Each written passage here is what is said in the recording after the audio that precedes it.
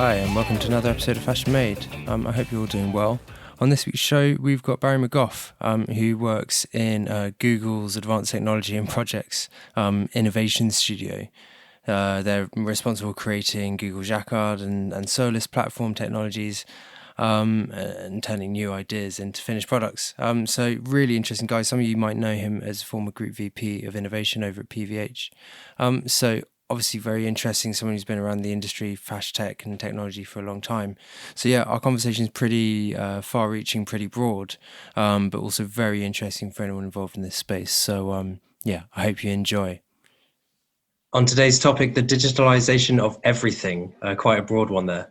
Yeah, it is, but it's real. Yeah, for sure. Talk to me about the digitalization of everything within a sort of fashion, retail, apparel context. So this is something that we've been seeing for a while anyways. I'll probably reiterate this in our talk, that what is happening with this concept of digitization of everything, a ton of gasoline has been poured on this fire. These things were actually well in process. When we talk about the digitization of everything, I think depending on who you are, you have your own constituent point of view. So if you're a designer, you're thinking about digital design and product creation and designing in 3D. If you're in digital commerce, then you're thinking about the digitization of how you can sell. But really what we're looking at is this idea that we're coming to a very rapid sort of denouement of end-to-end digital product creation that starts with the idea and then ends, and those digital assets are created, and then it works its way through the product creation and selling and commercial cycle, and then even into end of life. So I'd like to think of the digitization of everything in our sector in basically three different buckets. First of all, I would kind of look at digital product creation and say, okay, what happens there when we're thinking about PLM, 3D design, those things that are sort of very well known to us. When those assets are created in 3D, then those assets are portable throughout multiple environments. When we start to look at, can we validate those things, then there are now data-driven research companies like that are working on heuristics that can start to test trends. Is it desirable? Does it work for your brand? Is it on brand for you? Do you have any consumer insights? Eurotech is a great example of someone who's working on that right now, based in Paris. Then you start to think about what happens in the digital supply chain. So digital supply chain was starting to work anyways in terms of the digitization of everything. So you think about what happens when you're making product digitally, when you can start to automate manufacture. It also becomes a digital process because you're getting closer to that one-to-one manufacturing scenario. So then we start to think about, okay, well, if there's this digital product creation bucket, then there's also what we refer to as digital product. So digital product would be product that's connected to the internet in some way, shape, or form. So that's very much the work of what's happening at Google right now with Project Jacquard and Project Soli. You see what Nike's doing underfoot. Under Armour trying to digitize their physical product so that it's connected in some way to the Internet of Things, and it starts to generate data and experience.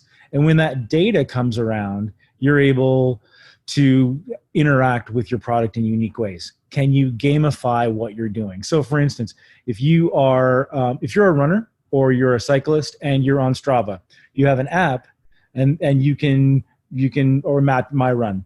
You can figure out where you're going and then see where other people are going, and then you can plan a route and then you can compete. So what have you done there? You just gamified running. That you just did it. Now, if something's happening underfoot, that can give you data on how you're specifically running or training or biofeedback, then all of a sudden that data can become more interesting. That is connected to the IoT. There's also, so that's very obvious, I think, when we talk about the digitization of product. The other component of it is the digitization of product and what we call XaaS or the sort of anything as service model. So as we start to think about the digitization of product in different ways, not just is it physically connected to the internet, we can start to think about product as service, software as service, internet as service models, where we're starting to create these digital assets. So for instance, Rent the Runway or Farfetch, right? They are digitizing their product. They're saying, okay, well, we can rent you something and then it has to come back. Well, how is it tracked? What are the mechanisms that it's tracked back? So that's going to be a logistics trail. That's going to have to be some product identifier on there that can be scanned, or maybe RFID, right? That product's digitized, and then its journey is also digitized. So as we start to look at different ways for people to transact, product will become more and more easily digitized. So you think about rental models, subscription models. Think about Stitch Fix. The way Stitch Fix works is that it sends you a box of items that are based on your personal and demographic profile and psychographic profile. And then they want you to buy all 5 things. So when you buy all 5 things, it's great. They got it right. If you send back 3 things and you send back the cowboy hat, they say, okay, well, you don't like cowboy hats. We'll never send you a cowboy hat again. They use algorithms and deep learning or machine learning to learn more about you as a one-to-one consumer. So what they're looking for is increased consumer satisfaction, less returns, and a better business model. But they're using data to do that. So that box has just been digitized. So if you're thinking about this idea of digital product, there are several ways where product becomes digital. And this becomes even more important as we start to talk about the changing retail landscape. What are different paths to purchase? And how can we start to increase consumer satisfaction, and if we're going to spark joy, right, in what it is we're doing with our end consumers, how do we get it right better every time? That's the digitization of product. That's a huge bucket. But there's been a third bucket. Like the bigger bucket is the digital experience, right? So if you think about digital experience, there's a couple of different ways which you're starting to see that the digital experience is enabled. So RFID, it's been in our supply chain for years. It's becoming cheap as chips, right? So what are we doing now with near field communication, where you can permanently embed a 15-cent near field communication chip in a jacket or a backpack, and it takes you to a URL that gives you a unique consumer experience? Would that near field communication chip take you back to a PDP page? Would that near field communication chip take you to a brand's YouTube channel where they're constantly refreshing content? So you have a unique experience with that brand. That becomes CRM, that becomes know me, that becomes know my brand, relationship with the brand. So think about what's happening with QR codes. They're ubiquitous. I'll talk about this probably a little bit later. But if you think about what's happening in QR codes, that makes everything shoppable. So the QR code is the paper or physical manifestation of a consumer experience. So you hit your phone to a QR code and something comes up. It's ubiquitous in Asia, right? The NFC chip would be almost like an embedded QR code that never goes away. Because if you have a QR code on a hang tag, you rip it off and throw it away. But it's all permanently in the garment. So what do we do with QR codes? How do we start to empower digital experiences with brands so that we get that more robust relationship with them? So we're also looking at things like, beacon technology is out there, but it could be very much like QR codes, where beacons were sort of been there, done that, but they could definitely come back as we start to beam information back and forth to people that they feel is relevant. Energy harvesting Bluetooth. If there's a company called Williot who's doing powerless Bluetooth, so it basically lights up using ambient energy from phone or from the light in your closet, and it will be a beacon to give you data back. So what's the data that you can get back? You can walk through a closet with energy harvesting Bluetooth tags and everything, and you can take a physical inventory of everything in your closet. Or you can say, hey, I see that you have a Calvin Klein jacket in here and it's September. Maybe time to dust it off, or that jacket goes great with that scarf, right? So, or one of the use cases is these Bluetooth beacons have sensors on them. So these weight sensors can measure what's inside of a bottle. So if you're in a hotel and you drink a half a bottle of Jameson, they charge you for a half a bottle. these are, there's a refresh and replen models that can happen when something, and I'm not just talking about apparel, but consumer goods are digitized in some way. And certainly it's super interesting for FMCG companies who are looking on replenishment models for everything from Tide to toothpaste, right? And they think about what Avery Dennison is doing with their everything model, but they're embedding the digitization of products so it can be tracked from the beginning of life to end of life. So what does that mean for certification, some blockchain type certification that something is organic or is cruelty free or was made in a factory that is certified or is GRS certified if it's generally recycled? And what happens at end of life when you want to recycle that item? What are the material contents in it when it goes into a waste stream? If we really, really believe in circularity, how will circularity manifest itself? Through the digitization of things. But that's on the passive side. And then on the active side, you have what's happening with the consumer experience, right? So what's happening with AR and VR? So how will AR, VR experiences start to enhance selling in the selling environment? Can you have a 3D interaction with a thing online? There's a company I love right now, they're called WannaKicks, and they allow you to virtually try on a shoe on your own human foot in your own human living room. And they 3D pop a shoe on your foot and you say, that's super cool. And then what you can do with it is you can push it to Instagram. Then you get social selling. So you can ask your friends, hey, does this look good? Do you like it with my jeans? Does this color look good on me, right? You can start to get social permission. And with social permission, someone will say, yeah, or ew, or, try the brown one, or whatever it is they want to try. So you're using augmented reality to increase consumer satisfaction, consumer validation, social selling, consumer experience, time on site, all these things that we even more today want to encourage those kinds of behaviors. And then we start to look at how we use these visualization tools in the apparel industry, right? So we're in the early days on the cutting edge of the digitization of fit.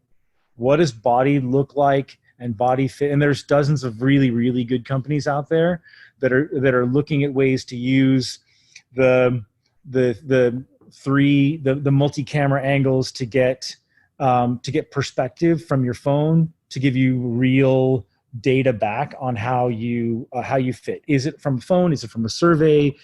Is it from general and anonymized data that gets put through an algorithm that's highly accurate?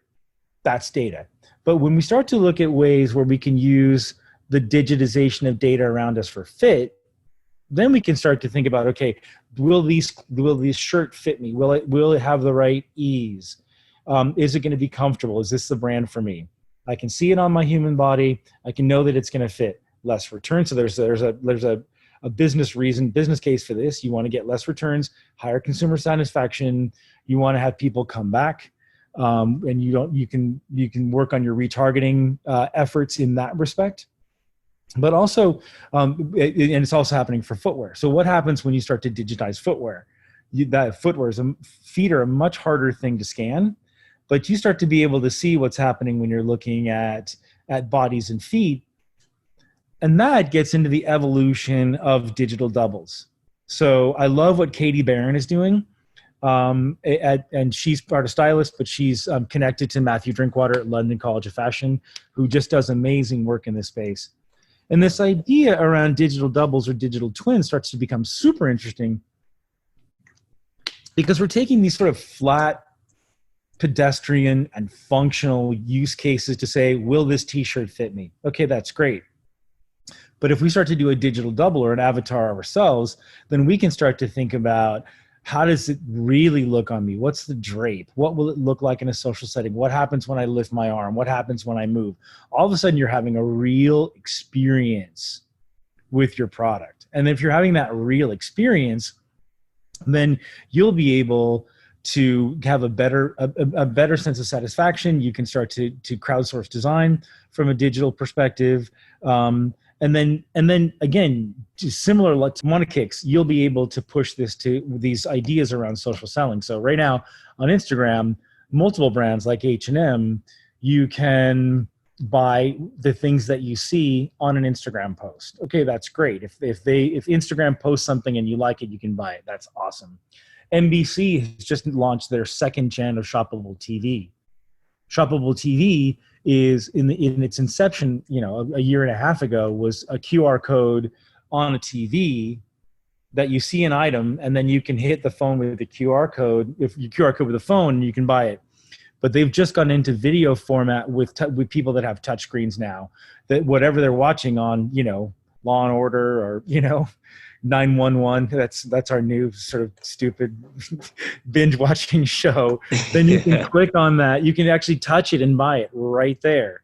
The shoppable TV is going to be a really, really interesting way to create new commerce. And one company that I really, really like right now is Site, SYTE, and there's a couple people that are doing it. And they actually are going in using AI, like deep learning models and deep AI models, to be able to tag things that are in people's normal day-to-day Instagram, like, your auntie wore a big white hat to an Easter parade, and you can just click on she took a picture of it, and you can click on her hat and figure out where to buy that big white hat with a peacock on it. So they're able to do all this sort of web scrape, social scanning, and then applying data on it to be able to make even people's normal posts shoppable. This is all things that are happening when we're talking about the digital experience. And our expectation, look, our expectation is Minority Report. Move your hand back and forth in the air and you can do whatever you want. And I'm kind of pissed myself that I can't do that yet. So when we talk about this idea of the digitization of everything, going back to digital product creation, digital product itself, and then the digital experience, those kind of buckets that we put it in, we're actually talking about different ways to get to Minority Report. And to me, the mind-blown fact of all this is that all this is being driven by the exponential technologies that we talk about in an abstract way. But we have to assume they're coming, and they're happening in different industries, telecom, mobility. But when you think that what's happening with AI and 5G and these and big technologies that exponential technologies that are driving this, we're pushing this way because we want to, because we need to, because consumers expect the Minority Report motion, emotion to happen. But it'll all happen as we push against the current constraints of how fast data can move, because it has to happen in the cloud and it can't happen on the edge. When it happens on the edge, then you'll have real-time AR, you'll have real-time edge computing for mobility, you'll have real-time data back so that people will understand, and brands will understand end consumers, and will understand brands. We'll be able to do this. So we, in the innovation community, keep a real sharp eye on what's happening in exponential technologies, because that's the event horizon, that's the power that will enable all these things which we want to happen anyways. And all this is being driven by the end consumer's expectation, and it's only gotten more intense with the current climate. Yeah, goodness gracious me, there's a lot there. But, those buckets that are all quite separate and actually can act within their own silos sometimes. Which of those buckets do you think is going to be the first mover to have this sort of total zenith of connectivity? So I think it's probably going to be the digital experience. That's going to be the one that's the most obvious. I think if you think about what's happening in the digital experience space, we are going to be leaning in hard to the online direct-to-consumer experience so look, there are some things that were already happening. When you think at retail consolidation, 2 years ago, we were talking about the retail apocalypse. So if they say, as predicted, that by this time next year, 50% of department stores will be closed, we can't actually be surprised, because we've been talking about it for years. So it's just an acceleration of something which is already happening. When we're thinking about nearshoring and onshoring, that was already happening anyways. So the idea that we're going to have shorter and leaner supply chains, that was already happening. So the idea, and one of the reasons we were talking about as an industry, nearshoring and onshoring, is because we were seeing the need for personalization and customization on everything from, like, personalization would be to put your monogram on a dress shirt, or to have a pink collar lining on a white shirt because you like it, that's your jam, right? And then the customization part of it is, how can we customize fit?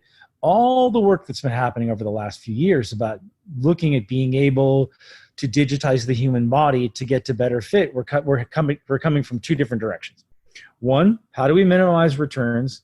And two, how do we increase consumer satisfaction with the brand so that they know that when they buy that double extra small, that it fits my human body perfectly, even though when I go to another brand, I'm a large.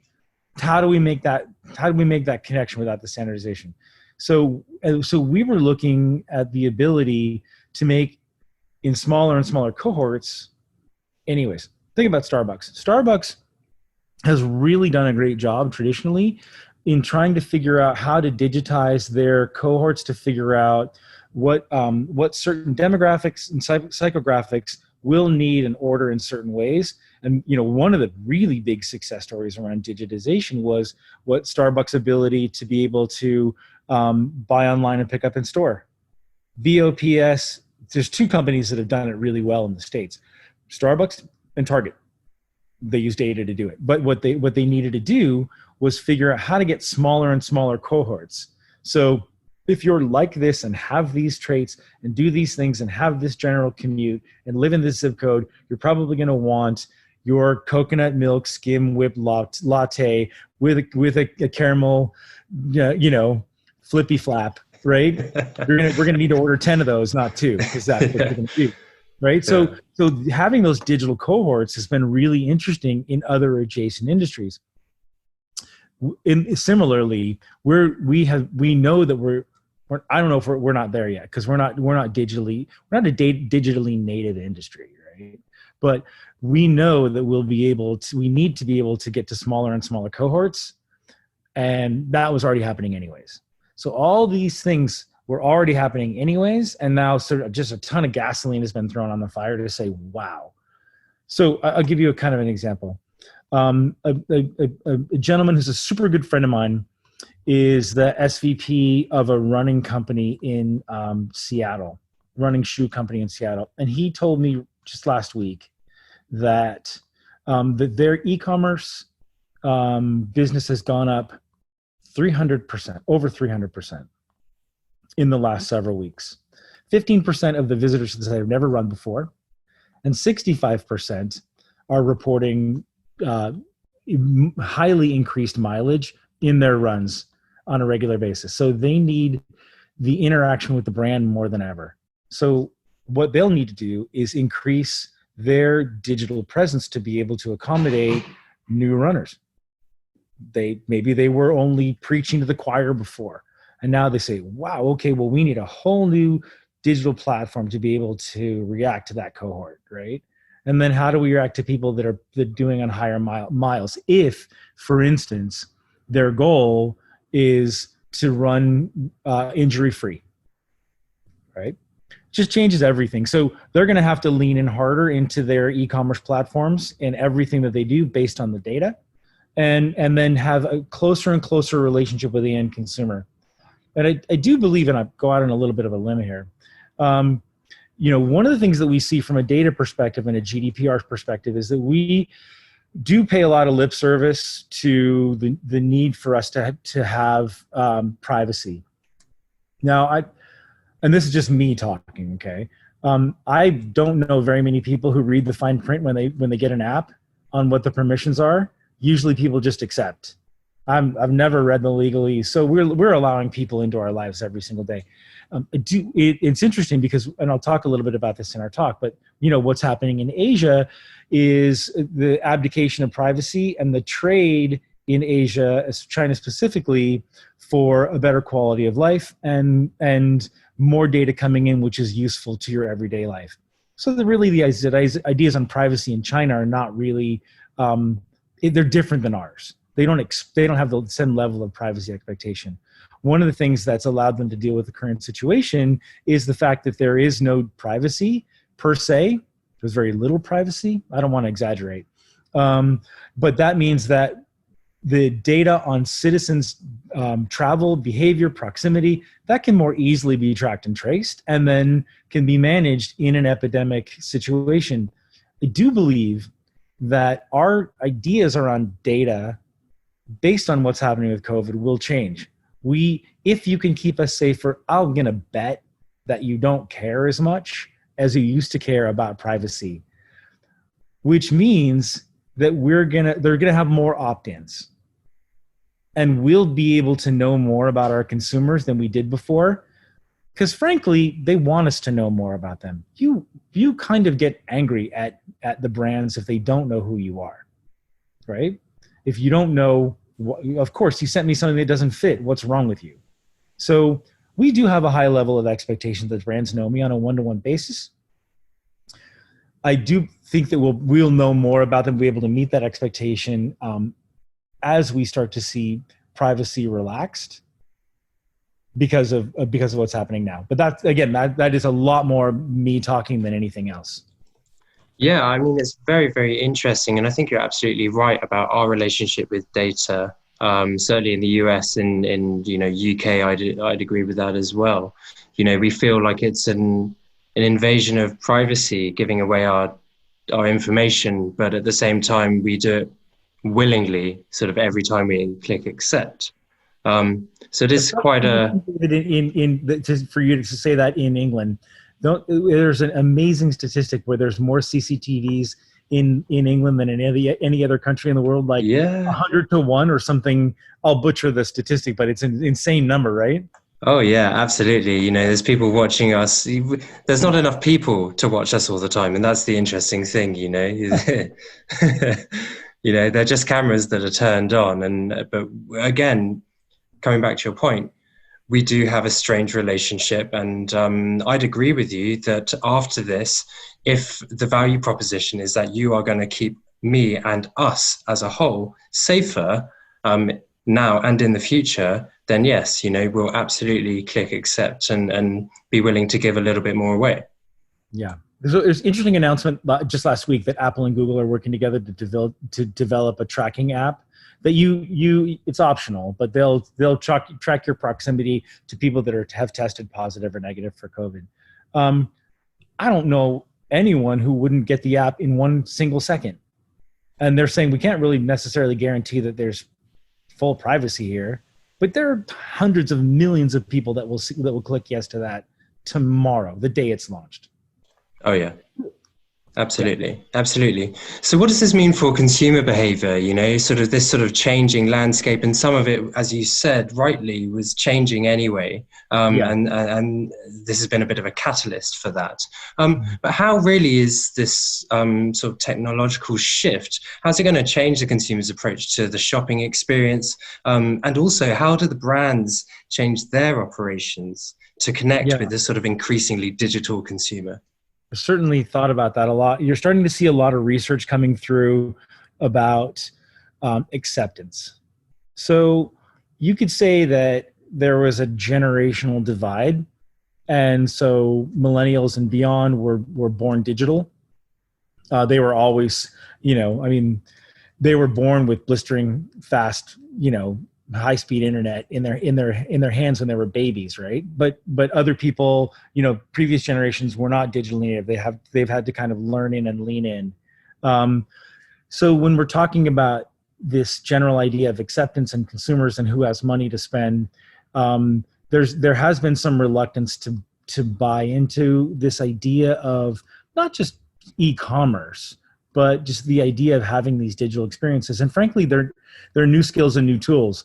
But there's some amazing data that's coming in about how rapidly people are leaning into digital experiences now because they have to. So it's a moment of, it's necessity driven more than anything else, but that becomes a catalyzing moment in the digitization of everything because people are gonna have new skills. They're going to be able to understand there's greater technology uptake. And then so they're going to be able to trust the experience that they're having. It will be incumbent on us to be able to deliver on that experience. So that's going to be really, really interesting. And one of the things so I love this, there's a great Harvard Business Review article that's out. It's written by a woman called Rita Gunter McGrath, and it's around digitally driven planning. And it kind of talks exactly to this. And it makes the distinction between digitally native companies, like small startups, or like I mentioned, like Stitch Fix, or Harry's Razors or Warby Parker. They were built on a digital model, so they can be more nimble. They have open APIs, open SDKs, right? So you can bolt on really quickly. They can try things. But when you're an incumbent business, you're a more of established enterprise, it's really, really hard. And so I think what's really challenging for incumbent businesses is they don't know how to jump in. It's like double dutch, right? You got two jump ropes going at the same time, and when do you jump in, right? And what if you make a mistake? Then you get ropes in your legs and you fall on your face. And the rope on your leg and falling on your face analogy is actually akin to wasting time and wasting money. And no one has any time to do that, especially now. So what she talks about is this idea of digitally driven planning that gives you permission to learn your way into solutions that work right, because larger companies can beta test things which are low risk. So if you can say you're going to try one solution which is not, look, if I wanted to build an end-to-end digital solution for a large enterprise, like a VF or a PVH, that's a multi-year, multi-division, multi-million dollar proposition. And at this point, with e-commerce figures in almost every area, except for grocery, and maybe even grocery too, growing at triple digits, you're going to have to get digital really, really fast. So how do you do it? You can't build this sort of grand plan. You have no time, because this is really about creating revenue now. And this has created a fierce urgency of now moment for all companies that weren't born digitally native. So what I like about this digitally driven planning philosophy is it gives brands permission, bigger brands, to try things and beta test it. You can A/B test and say, that worked, that didn't work. Go in, try something, test it, do more of that, do less of this, and build a strategy that maybe in the beginning feels a little bit hopscotch, but in the end, it pulls together something that looks like a digital plan. Because ultimately, everything is about data. Everything is about data.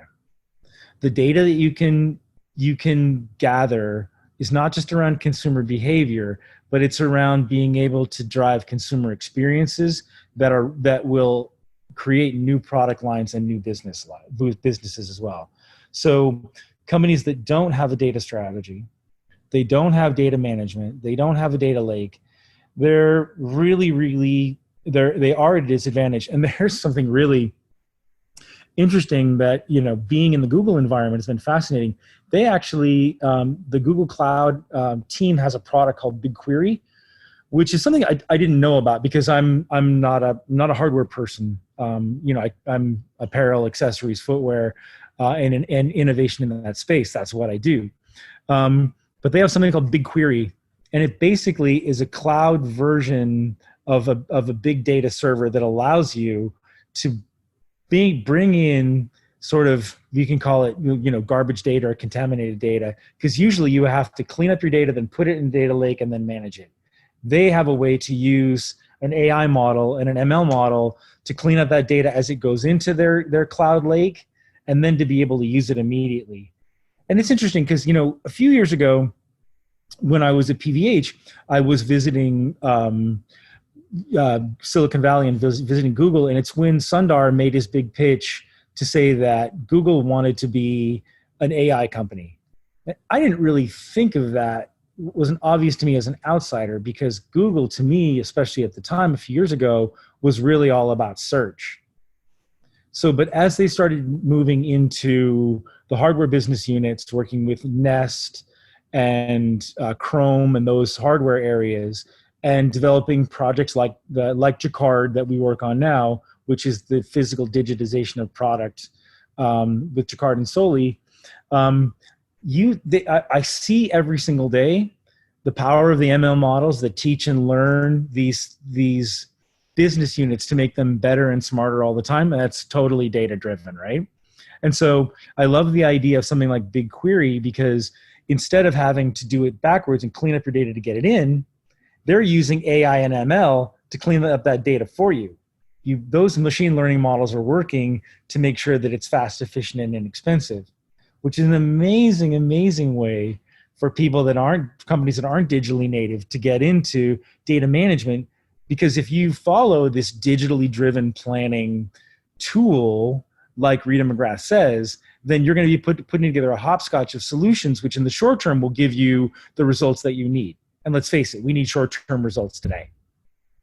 But in the longer term, as you start to aggregate that data, there will have to be an IT strategy that says, what will you do with that data and how will you manage it?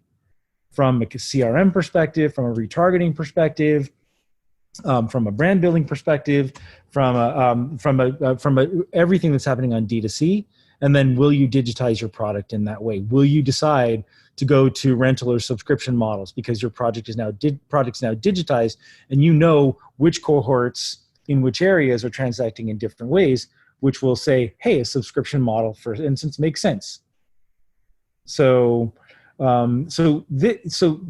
I feel like why I glom onto this idea is that we have permission to try things now and to beta test it, and we have permission to back into it, figure out our digital strategies from a tactical way, and then create a strategy from that as we sort of emerge into a more normalized area where people have accepted purchasing, transacting, trying, avataring online. We're going to be totally good with that now. Yeah. Do you think that people as consumers now are happy with the lack of perfect replication from physical to digital in their sort of shopping experience, i.e. the shoe that you might try on with an AR app? You know, obviously you're not going to know fit preference or something like that. But Right. do you feel like people are ready to spend their dollars with those imperfect solutions, as you might call them? Well, I mean, I caught a lot of vision when I saw Katie Barron's video on digital doubles, because that makes it more, it's less clunky and more personal. Your own personal face is on it. Your own personal body type is on it. And then you're wearing, something from Levi's or LV, or, you say, oh, I love that. I do love the way that looks. And you can place that digital twin or avatar of yourself in an environment in your house. In the same way, look, Lowe's has done an amazing, amazing job, and they've transformed furniture buying. Same with IKEA. You can get a couch, do a VR version on your pad or phone, and then say, what would that couch look like in my living room? Okay, I thought I wanted brown. I think I want blue. And then, how high are the legs? What pillow? You can buy pillows, change the pillows. Literally, like, I want this pillow, this pillow, this pillow, this pillow. Side tables, whatever it is. You can do your whole living room, and then buy now. Boom, just push that button, buy now. So in that same way, there's a much higher level of acceptance in certain sectors. So I would buy a couch. I bought a little couch on Wayfair last week. I didn't do a digital version of it, but I had to physically measure. I had to get out the tape measure. I had to kind of go through, and it was hard. It took me, I went on the site 3 times. I'm just telling you a personal story. I was on the site 3 times. I kind of messed around with it. Happily, it worked. I didn't measure it wrong. I really like it. It was inexpensive and a nice couch. I'll show you a picture sometime. But I would have done it much faster if I could have visualized it. So the higher the resolution and the better veracity of how that looks on my own human body, my own personal human snowflake, the more I'm going to be able to like it. And that's why, again, I caught a lot of vision from what Katie said, because I could see that what it would look like on me, and then I have a higher trust level, and with higher trust, I'm more willing to transact. So Nice. So what was that? Katie Barron Yeah. from Stylus. Fantastic. Yeah, I'll Got a check it YouTube out. video. I think you can grab it on YouTube. Fantastic. Well, look, Barry. Yeah, we'll do. Hey, Barry, look, thanks so much. That's amazing. I mean, there's so much here to get through. You know, I'm sure we could speak for hours. So perhaps we can have you on again another time soon. Would love to. Yeah. Thanks. I love this. Appreciate it a lot. Thanks, Barry, for joining us again this week. It's been really, really interesting chat. That's about all we got time for this week. But just before we go, on next week's show, we have Michael Longigan, who is professor at LIM College. And so we're obviously going to be talking about addressing the digital skills deficit, something that I know is close to everyone's hearts out there, and also how academia can support the industry as a whole, and what the challenges are for them in particular, and how really we can all work together to address those. So that should be a really interesting conversation. Hope you can all join us again then. Until then, stay safe, take care, bye-bye.